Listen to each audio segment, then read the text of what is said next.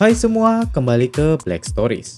Di musim panas 1998, mobil 4 remaja mengalami mogok di tengah hutan pedalaman. Berusaha mencari bantuan, mereka tidak sadar orang-orang yang siap membantu mereka adalah para psikopat yang siap membuat mereka menjadi daging potong. Nah, berhasilkah mereka selamat? Langsung kita cari tahu di alur cerita Butchers 2020 selengkapnya.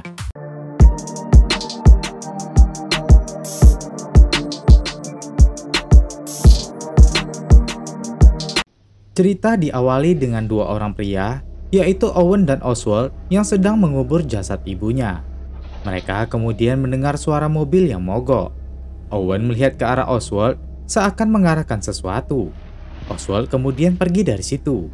Mobil yang mogok itu dikendarai oleh sepasang kekasih Stephen dan Celeste. Stephen keluar dan memeriksa mobilnya. Saat itu, Celeste seperti melihat ada seseorang yang lewat. Dia bilang pada Stephen, ada seseorang di luar. Namun Stephen tidak mendengarnya.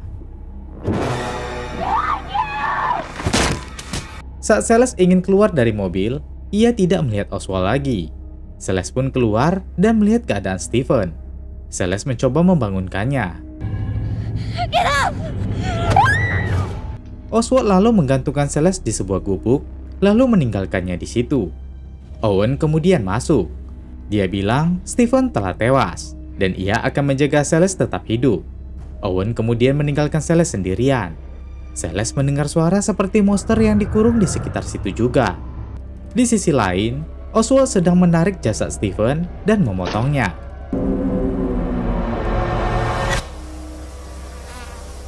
Beberapa bulan pun berlalu. Saat itu, Oswald membawakan air untuk Celeste. Terlihat kalau Celeste dikurung di kandang seperti hewan peliharaan. Celeste juga sedang mengandung. Di sisi lain, kita melihat beberapa remaja sedang dalam perjalanan menggunakan mobil. Mereka adalah Jenna, Taylor, yang mengemudi Mike, dan yang merekam Christopher. Saat dalam perjalanan, mobil mereka mogok. Chris suka merekam semua aktivitas mereka dengan handycamnya. Mike ingin mengajak Jenna berjalan kaki untuk mencari pom bensin. Namun Jenna menolaknya. Mike yang kesal pun pergi sendirian. Taylor masuk ke dalam mobil dan bertanya apakah Jenna memiliki masalah dengan Mike. Jenna menjelaskan, dalam seminggu ini, Mike selalu berbohong tentang keberadaannya. Sekarang Jenna hanya ingin segera pulang. Taylor bilang ia akan menemani Mike dan memastikan ia menyelesaikan ini dengan cepat. Di sisi lain, Oswald sedang berada di gubuk. Terdengar lagi suara seperti monster yang dikurung di sekitar situ. Di tempat yang berbeda, Taylor telah menyusul Mike. Taylor bilang ia akan menemani Mike. Sementara itu, Chris bersama Jenna menunggu di mobil. Di sana mereka pun mengobrol. Saat itu Jenna ingin buang air. Chris ingin ikut untuk menemaninya. Namun Jenna tidak ingin ditemani dan pergi sendirian ke dalam hutan. Saat sedang berjalan di hutan, kaki Jenna tersangkut kawat. Kawat tersebut tersambung ke lonceng yang ada di rumah Owen. Mendengar lonceng berbunyi, Owen langsung tahu ada orang di hutan. Ia pun segera pergi, sementara Jenna kembali masuk ke hutan untuk buang air. Di sisi lain, Mike terus memandangi bagian belakang Taylor. Taylor sadar kalau Mike terus memandanginya. Mike tanya, apakah Taylor yakin Jenna tidak ikut? Taylor menjelaskan, Jenna tidak ingin berbicara dengan Mike. Jenna juga tahu kalau Mike membohonginya, dan mungkin hubungan Mike dan Jenna telah berakhir. Ternyata, selingkuhan Mike adalah Taylor. Mereka berdua pun ingin berhubungan di tengah hutan. Saat itu, mereka mendengar sesuatu. Ternyata Oswald sedang memperhatikan mereka. Karena mengira Jenna dan Chris yang datang, mereka pun segera mengenakan kembali pakaian mereka dan kembali ke pinggir jalan. Di dalam hutan, Jenna baru saja selesai buang air. Saat ingin kembali, ia melihat jejak tangan berdarah di pohon. Jenna mulai merasa takut. Ia pun segera menemui Chris, lalu menceritakan tentang ia yang tersandung kawat dan ada bercak darah tangan seseorang di pohon. Namun Chris bilang itu mungkin saja pemburu rusa. Di sisi lain, Mike dan Taylor berjalan sambil mengobrol. Mike tanya, apakah Taylor tidak takut Jenna akan tahu tentang hubungan mereka? Taylor bilang ia tidak masalah dengan itu karena Jenna bukan sahabatnya. Di hutan, Chris merekam jejak tangan berdarah di pohon. Chris kembali menemui Jenna. Chris juga merasa aneh dengan bekas darah itu. Dia kemudian mengajak Jenna mengobrol. Sepertinya Chris menyukai Jenna. Beberapa saat kemudian, Mike dan Tyler tiba di pom bensin. Namun sepertinya pom bensin itu terbengkalai. Saat sedang mencari seseorang di dalam, Mike dan Tyler bertemu Owen. Tyler menjelaskan mobil mereka mogok karena radiatornya jebol. Mobil mereka berjarak 45 menit dari sini. Mereka sedang dalam perjalanan menuju Spencerville. Owen bilang ia tidak punya alat untuk memperbaiki mobil Mike. Namun ia bisa menelpon mobil derek untuk menderek mobil mereka hingga Spencerville. Owen kemudian menelpon Willard yang mempunyai mobil derek. Saat sedang menelpon, pandangan Owen terus tertuju pada Tyler. Tyler merasa risih lalu menjauh dari situ. Owen menjelaskan tentang mobil Mike yang mogok.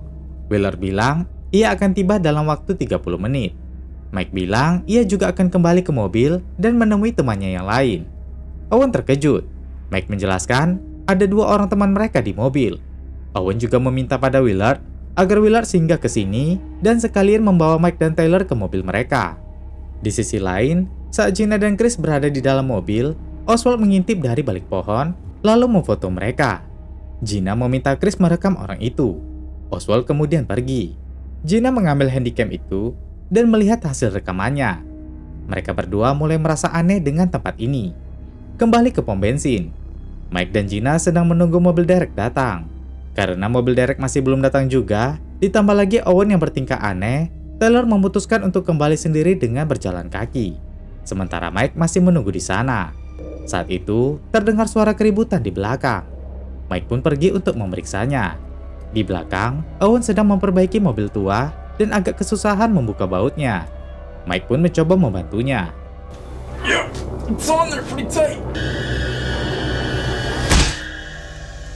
Di sisi lain, Gina ingin menyusul ke pom bensin juga. Chris kemudian mengambil alat pemukul dari mobil, lalu mereka pun pergi berjalan kaki. Saat Tyler sedang berjalan sendirian, terdengar sesuatu dari dalam hutan. Ia mulai ketakutan dan segera berjalan kembali ke pom bensin. Sementara itu, Gina dan Chris menemukan sebuah foto di jalan. Chris mengambil foto itu dan ternyata itu foto mereka tadi. Gina terlihat cemas. Mereka pun segera melanjutkan perjalanan ke pom bensin. Tyler pun telah tiba di pom bensin lagi. Ia mencari Mike sambil memanggil namanya. Owen datang dan bilang Mike ada di toilet belakang. Tyler pun menunggu Mike di luar bengkel. Setelah beberapa saat menunggu, Mike masih belum muncul juga. Tyler masuk dan bertanya, di mana toiletnya? Owen bilang toiletnya ada di belakang.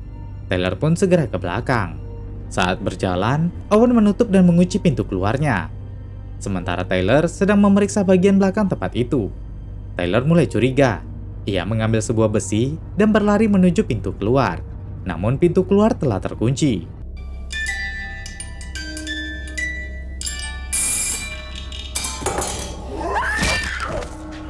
Di sisi lain, terlihat kalau Mike terikat di tempat seperti gudang. Tyler juga dibawa ke tempat itu. Owen tanya pada Mike, apakah Tyler adalah pacar Mike? Mike mengangguk. Lalu Owen menunjukkan foto Mike bersama Gina yang ia temukan di dompet Mike. Owen kesal karena Mike tidur dengan banyak wanita.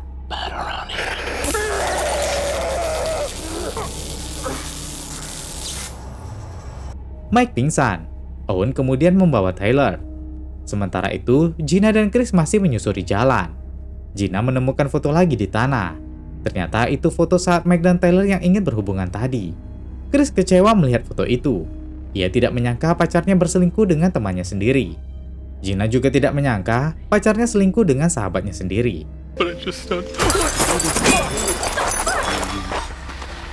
Chris mencoba menyerang, namun ia berhasil dijatuhkan oleh Oswald. Chris meminta Gina untuk lari.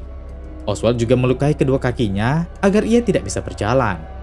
Lalu dia mengejar Gina. Setelah berlari beberapa saat, Gina bersembunyi. Oswald mencarinya. Karena tidak menemukan Gina, Oswald pun kembali menemui Chris.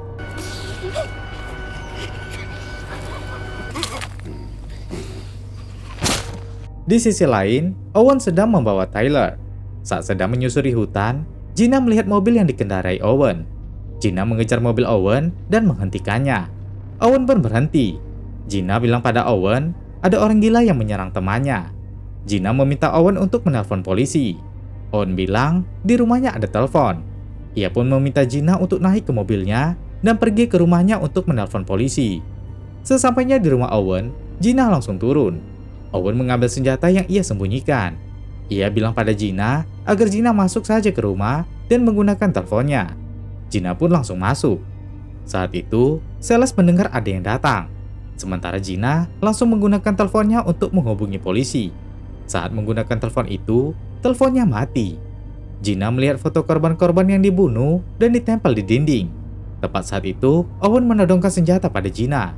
Celeste melihat Gina yang terjebak bersama Owen. Gina tanya apa yang diinginkan Owen. Owen bilang ia ingin Gina menuruti perintahnya. Jika tidak, ia akan menembak Gina. Owen kemudian meminta Gina untuk membantunya. Sementara itu, Celeste mencoba berteriak, namun sepertinya Owen telah membuatnya tidak bisa bicara.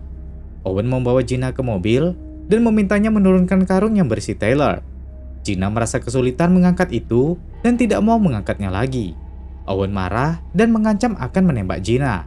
Gina pun terpaksa mengangkatnya dan membawanya ke sebuah gubuk. Saat itu Gina memperhatikan sebuah lubang dan melihat Celeste yang terikat. Di sisi lain, Oswald sedang membawa Chris. Setelah itu, Oswald membacakan buku untuk Celeste. Sementara Owen sedang memasang rantai untuk mengikat Gina. Sesaat setelah itu, Gina bangun dan ia sudah terikat bersama Taylor di gubuk itu. Owen datang lalu memperkenalkan dirinya. Owen juga bilang, di sini mereka tidak memakan daging manusia. Namun Oxford menyukai daging manusia yang lembut dan hangat. Owen kemudian memanggil Oswald. Oswald pun datang sambil membawa Chris. Oswald kemudian membanting Chris ke tanah. Taylor menatap Chris dan Oswald. Owen merasa tidak senang dan memukul wajah Taylor. Owen bilang, apabila Taylor dan Gina tidak melakukan perintahnya, ini yang akan terjadi.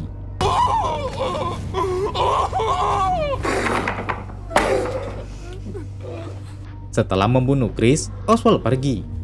Tiba-tiba, terdengar suara seperti benturan di gubuk sebelah.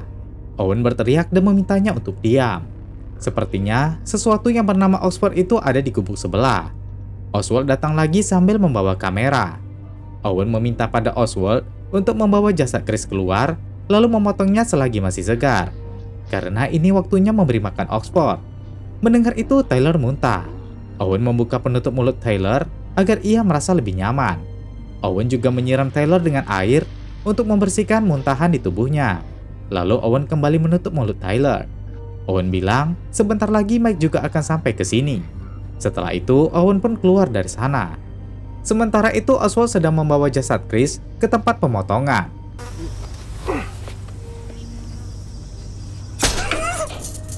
Kembali ke gubuk, Gina mengarahkan Taylor agar mereka sama-sama menarik rantai yang mengikat mereka agar mereka bisa bebas. Ketika mereka mencoba melepaskan diri, terdengar suara Oxford. Gina dan Taylor pun terus berusaha menarik rantainya. Sementara Owen pergi dengan menggunakan mobilnya. Gina dan Taylor mencoba menarik rantai itu lagi. Saat itu, Oswald mendengar suara keributan dari gubuk. Ia pun masuk dan memeriksanya. Gina kemudian mengunci gubuk dan mengurung Oswald di dalam. Oswald yang terkunci pun terlihat panik. Ia berusaha keras untuk membuka pintu itu. Sementara Gina dan Taylor sudah berlari cukup jauh. Taylor bilang mereka memanggil mobil derek untuk membawa mobilnya. Setelah beberapa saat mencoba, Oswald berhasil keluar dan mengambil parang besar. Di sisi lain, Owen telah tiba di bengkelnya. Ia kemudian masuk ke ruang Mike diikat. Mike saat itu berpura-pura pingsan. Namun Owen tahu kalau Mike berpura-pura. Owen pun menyetrum Mike dan bertanya siapa yang akan dipilih oleh Mike, Gina atau Taylor. Mike hanya diam saja. Owen kembali menyetrumnya. Sementara, Gina dan Taylor menemukan mobil mereka yang sedang diderek. Mereka pun segera menemui Willard. Mereka menjelaskan, Owen dan Oswald adalah psikopat gila yang telah membunuh teman-temannya. Willard bilang, ia mengenal Owen tapi tidak mengenal Oswald. Gina meminta agar Willard membawa mereka pergi. Willard meminta mereka untuk naik ke mobil mereka yang mogok, sementara ia akan menaiki mobil derek sambil menderek mobil mereka. Gina dan Taylor pun segera naik ke mobil dan langsung diderek oleh Willard. Oswald melihat Gina dan Taylor dibawa oleh mobil derek. Oswald pun tidak jadi mengejar dan pergi dari situ. Saat di mobil, Taylor ingin menjelaskan tentang hubungannya dengan Mike. Namun Gina tidak ingin mendengarkan penjelasan apapun. Taylor juga mengucapkan terima kasih karena telah menyelamatkannya tadi. Setelah beberapa saat berkendara, mobil dereknya pun berhenti. Gina dan Taylor bingung kenapa mobilnya berhenti. Willard keluar dari mobil sambil membawa senjata api. Willard meminta Gina dan Taylor keluar. Dia kemudian meminta mereka untuk jalan. Karena tidak punya pilihan lain lagi, mereka pun terpaksa menuruti Willard.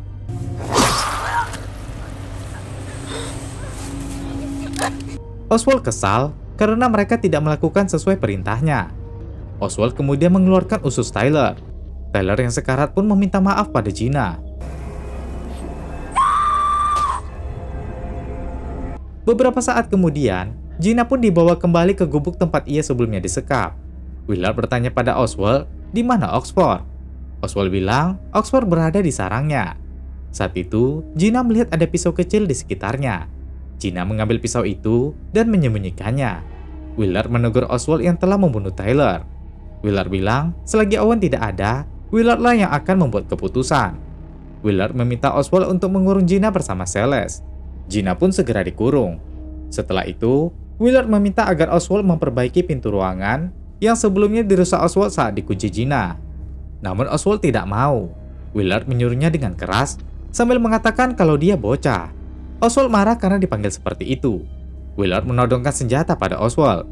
Willard bilang ia akan menembak kepala Oswald. Oswald dengan santainya bilang nanti Owen akan membunuh Willard. Willard pun menarik kembali senjatanya lalu pergi. Oswald pun pergi dengan kesal dari tempat itu. Di dalam gubuk, Gina bertemu dengan Celeste. Ia terkejut melihat keadaan Celeste yang memprihatinkan. Ditambah lagi, Celeste sedang hamil besar. Gina tanya, sudah berapa lama dia di sini? Celeste hanya diam saja. Celeste menunjuk ke arah atas. Gina menoleh ke atas dan melihat lidah Celeste yang dipaku di kayu gubuk itu bersama tulisan diam itu emas. Gina bilang ia akan mengeluarkan Celeste dari tempat ini. Gina kemudian mengeluarkan pisau yang ia sembunyikan tadi lalu membuka tali yang mengikat tangan Celeste. Saat itu, Oswald datang ke gubuk itu lalu memperbaiki pintu yang rusak. Gina memberikan pisaunya pada Celeste lalu mengintip dari lubang gubuk itu.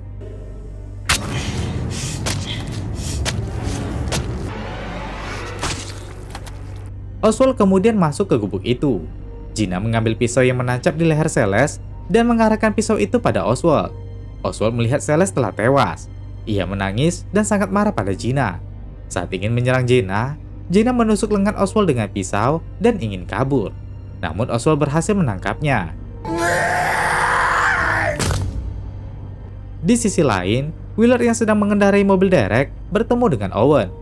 Willard bilang Oswald membuat kekacauan dan telah membunuh Taylor. Willard juga menceritakan apa yang terjadi tadi. Setelah Willard memarahi Owen, Willard pun pergi. Beberapa saat kemudian, Owen tiba di gubuk.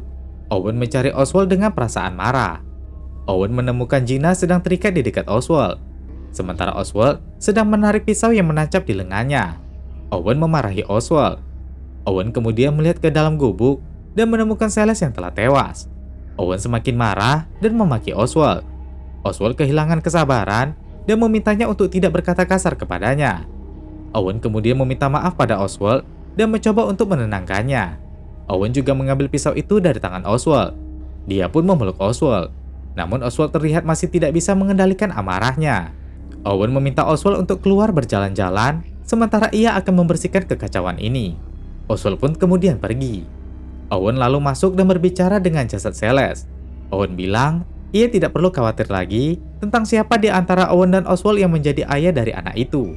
Namun Oswald yang tidak sabar menjadi seorang ayah pun menjadi sangat kecewa karena ini. Tepat saat itu, Gina bangun dan segera keluar dari gubuk itu. Di sisi lain, Willard sepertinya meninggalkan sesuatu di gubuk. Sementara Gina segera pergi ke mobil Owen dan membangunkan Mike yang terikat di bagasi mobil. Owen kemudian membawa jasad Celeste ke tempat pemotongan. Gina dan Mike kemudian saling melepas ikatan tali yang mengikat mereka. Mike lalu meminta Gina untuk masuk ke mobil. Saat menutup bagasi mobil, Owen mendengar suara itu. Mike menemukan sebuah senjata api di dalam mobil. Ia pun mengambil senjata itu dan ingin membunuh Owen terlebih dahulu. Gina mencoba menghentikannya, namun Mike tetap pergi. Gina pun mengikutinya. Mereka berdua mencari Mike di gubuk. Namun ia tidak ada di sana. Mike kemudian keluar ke halaman belakang dan melihat jasad Celeste di sana. Oswald! Owen berteriak memanggil Oswald sambil mencoba menyerang Mike. Mike berhasil mengambil senjata. Gina keluar gubuk lalu mendekati Mike. Tepat saat itu, Willard datang dan menembak Mike hingga tewas.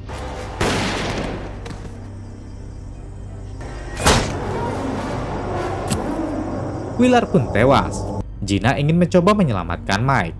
Namun Mike memberikan kunci mobil dan meminta Gina untuk pergi. Oswald datang, lalu membuka kunci tempat Oxford terkurung.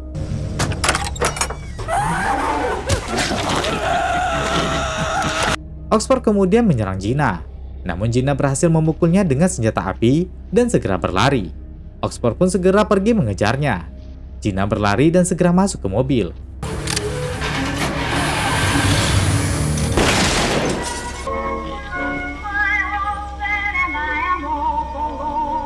Dan akhirnya, hanya tinggal Oswald saja yang akan memberi makan Oxford.